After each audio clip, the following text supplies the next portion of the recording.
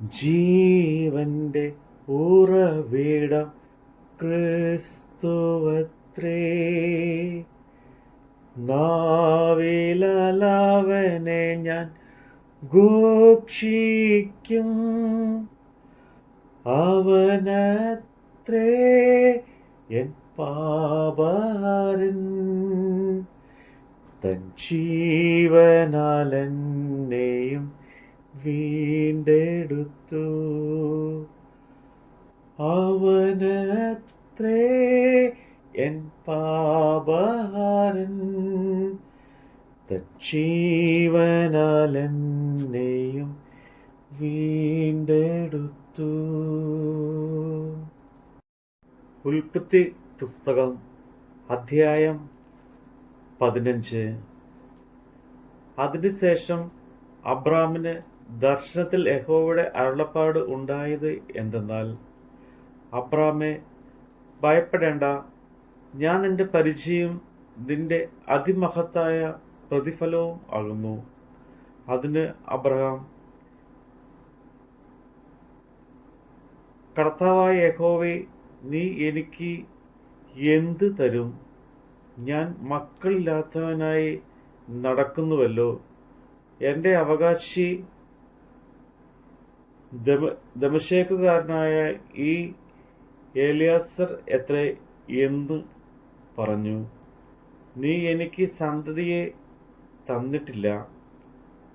എൻ്റെ വീട്ടിൽ ജനിച്ച ദാസൻ എൻ്റെ അവകാശിയാകുന്നു എന്ന് അബ്രാം പറഞ്ഞു.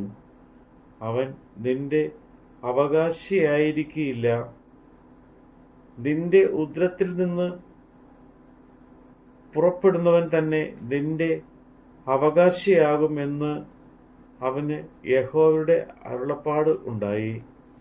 പിന്നെ അവൻ അവനെ പുറത്ത് കൊണ്ടുവന്ന്, നീ ആകാശത്തേക്ക് നോക്കുക, നക്ഷത്രങ്ങളെ എണ്ണുവാൻ കഴിയുമെങ്കിൽ എണ്ണുക എന്ന് കൽപ്പിച്ചു. നിന്റെ സന്തതി ഇങ്ങനെയാകുമെന്നും അവനോട് കൽപ്പിച്ചു. അവൻ യഹോവയിൽ വിശ്വസിച്ചു. അത് അവന് നീതിയായി കണക്കിട്ടു.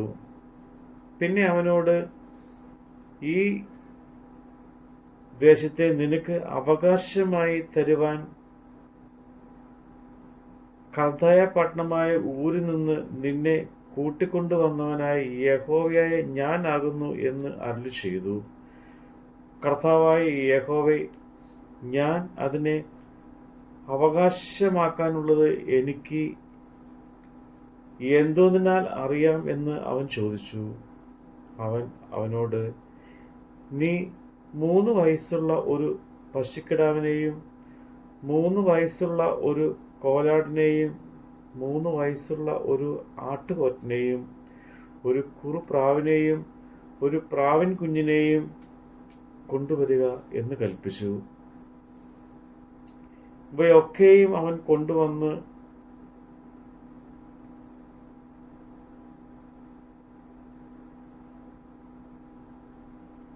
ഒത്ത നടുവേ പിളർന്ന് ഭാഗങ്ങളെ നേർക്കുനേരെ വെച്ച്, പക്ഷികളെയോ അവൻ പിളർന്നില്ല.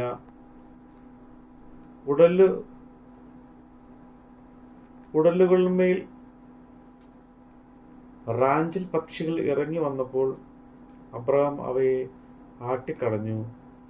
സൂര്യൻ അസ്തമിക്കുമ്പോൾ അബ്രഹാമിന് ഒരു ഗാഢ നിദ്ര വന്നു. ഭീതിയും അന്ധതമസ്സും അവൻ്റെ മേൽ വീണു. അപ്പോൾ അവൻ അബ്രഹാമിനോട്, നിന്റെ സന്തതി സ്വന്തമല്ലാത്ത ദേശത്ത് 400 സംവത്സരം പ്രവാസികളായിരുന്ന ആ ഗോത്രത്തെ സേവിക്കും. അവർ അവരെ പീഡിപ്പിക്കുമെന്ന് നീ അറിഞ്ഞുകൊള്ളുക. എന്നാൽ അവർ സേവിക്കുന്ന ജാതിയെ ഞാൻ വിധിക്കും. അതിനുശേഷം അവർ വളരെ സമ്പത്തോടുകൂടെ പുറപ്പെട്ടു പോരും. നീയോ സമാധാനത്തോടെ നിന്റെ പിതാക്കന്മാരോട് ചേരും. നല്ല വാർദ്ധക്യത്തിൽ അടക്കപ്പെടും. 4-ാം തലമുറക്കാർ ഇവിടേക്ക് മടങ്ങിവരും.